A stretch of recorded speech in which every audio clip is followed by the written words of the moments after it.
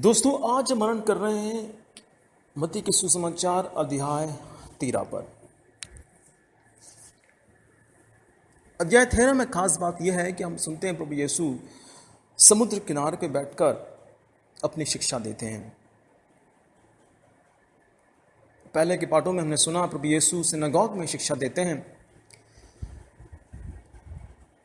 प्रभु यीशु का सिनागोग में शिक्षा देना शायद इसलिए मुश्किल पड़ रहा था क्योंकि फरीसियां और शास्त्रियां इस बात के ताक में लगे रहते थे कि कैसे वे प्रभु यीशु को पकड़ें।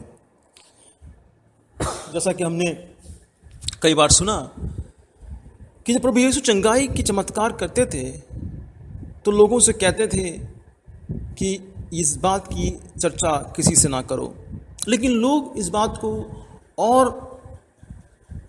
लोगों को बताते थे। शायद वो इसलिए प्रभु यीशु ऐसा मना करते थे क्योंकि फरीसियां और शास्त्रियां उनका जीना मुश्किल कर दिया था।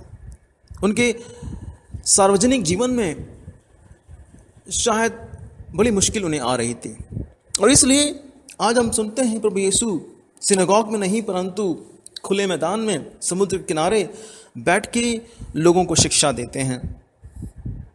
दोस्तों, ये शिक्षाएं प्रभु यीशु देते हैं इस बार दृष्टांतों से।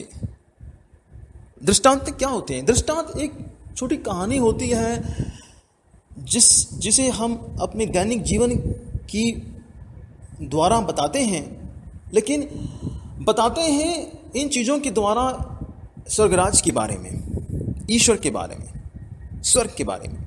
तो यह दृष्टांत। इन दृष्टांतों में खास बात यह था कि प्रभु यीशु जो है वो दैनिक जीवन के वो साधारण सी चीज को लेते हैं और फिर कहानी बुनते हैं, दृष्टांत सुनाते हैं। प्रभु यीशु को मालूम था और हम भी जानते हैं कि कहानियां हम सब पसंद आती है क्योंकि कहानियां हमारे मन में एक चित्र लेके आती है जिसके द्वारा हमें कई सारी बातें समझने में बड़ी आसानी होती है। और प्रभु यीशु शायद संसार के सबसे बड़े स्टोरी टेलर रहे होंगे क्योंकि वह दृष्टांत कहानियां बहुत सुंदर से बताते थे। और आज हम सुनते हैं दृष्टांत बीज बोने वाले की।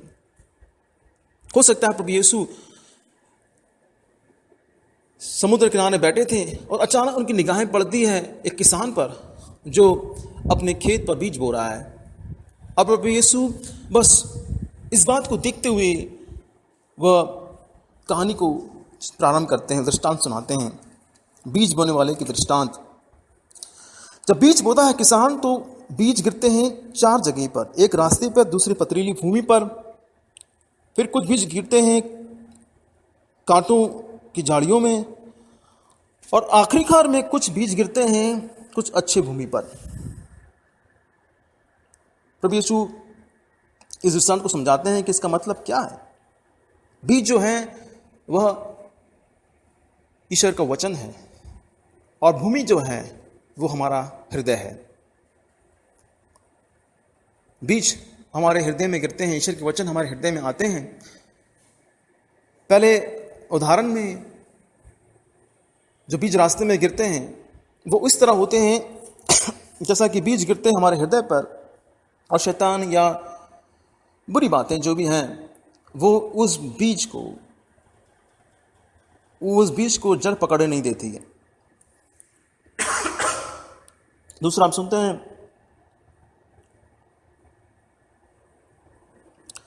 पथरीली भूमि पर बीज का गिरना।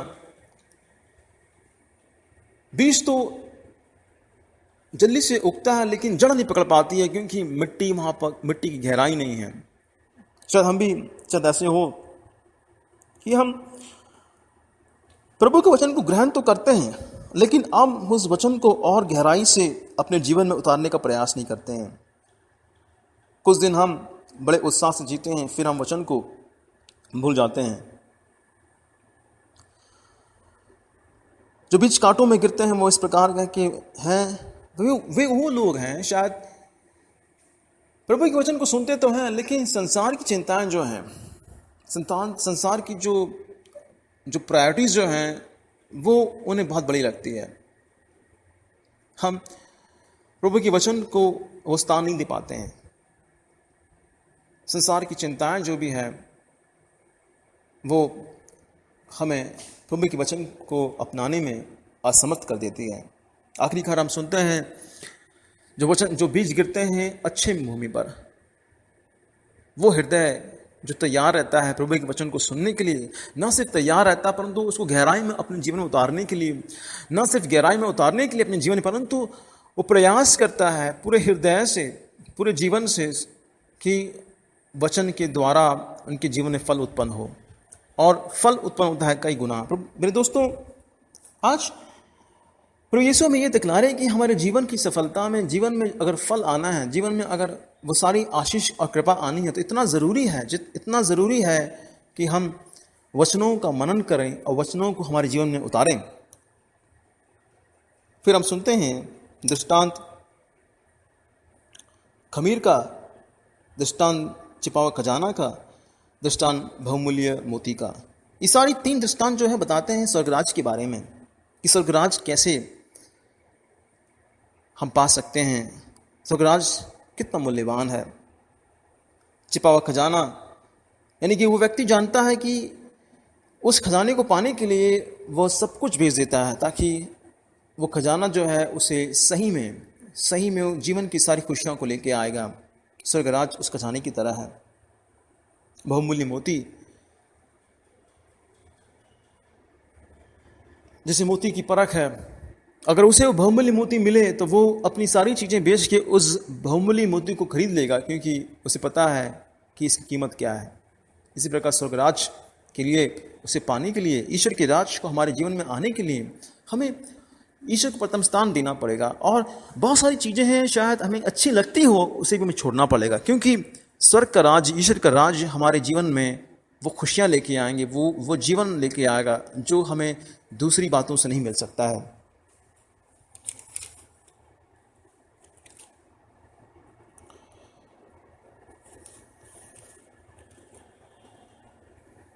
और आखिरकार हम सुनते हैं प्रभु यीशु काफ़ी उदास होते हैं क्योंकि उनकी बातों को लोग स्वीकार नहीं कर रहे थे। शायद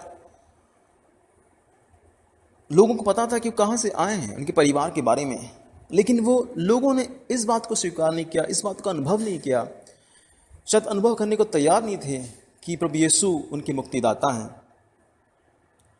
और निराश होकर प्रभु यीशु कहते हैं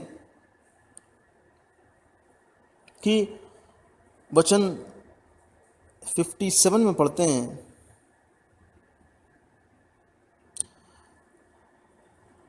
पर वे ईसा पे विश्वास नहीं कर सके। ईसा ने उनसे कहा, अपने नगर और अपने घर में नबी का आदर नहीं होता। लोगों की अविश्वास के कारण उन्होंने वहाँ पर बहुत कम चमत्कार दिखाए। आइए हम आज ही प्रार्थना करें कि हम प्रभु यीशु को वो स्थान दें, प्रथम स्थान, ताकि प्रभु यीशु हमारे जीवन में वो महान कार्य कर सके जिसके उनकी महिमा हो। आमीन।